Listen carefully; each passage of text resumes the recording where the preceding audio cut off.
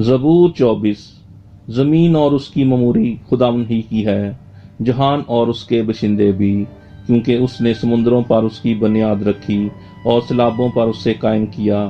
खुदावंद के पहाड़ पर कौन चढ़ेगा और उसके मुकद्दस मकाम पर कौन खड़ा होगा? वही जिसके हाथ साफ हैं और जिसका दिल पाक है, जिसने बतालत पर दिल नहीं लगाया और मकर से कसम नहीं खाई, वो खुदावंद की तरफ से बरकत पाएगा। हाँ, अपने निजात देने वाले खुदा की तरफ से सदाकत, यही उसके तालबों की पुश्त है।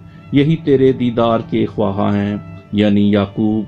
आए फाटको अपने सर बुलंद करो, आए अब्दी दरवाज़ों ऊंचे हो जाओ, और जलाल का बादशाह दाखिल होगा।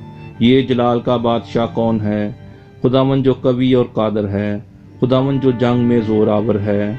आए फाटको अपने सर बुलंद करो, आए अब्दी दरवाज़ों उनको बुलंद करो, और जलाल का बादशाह दाखिल होगा।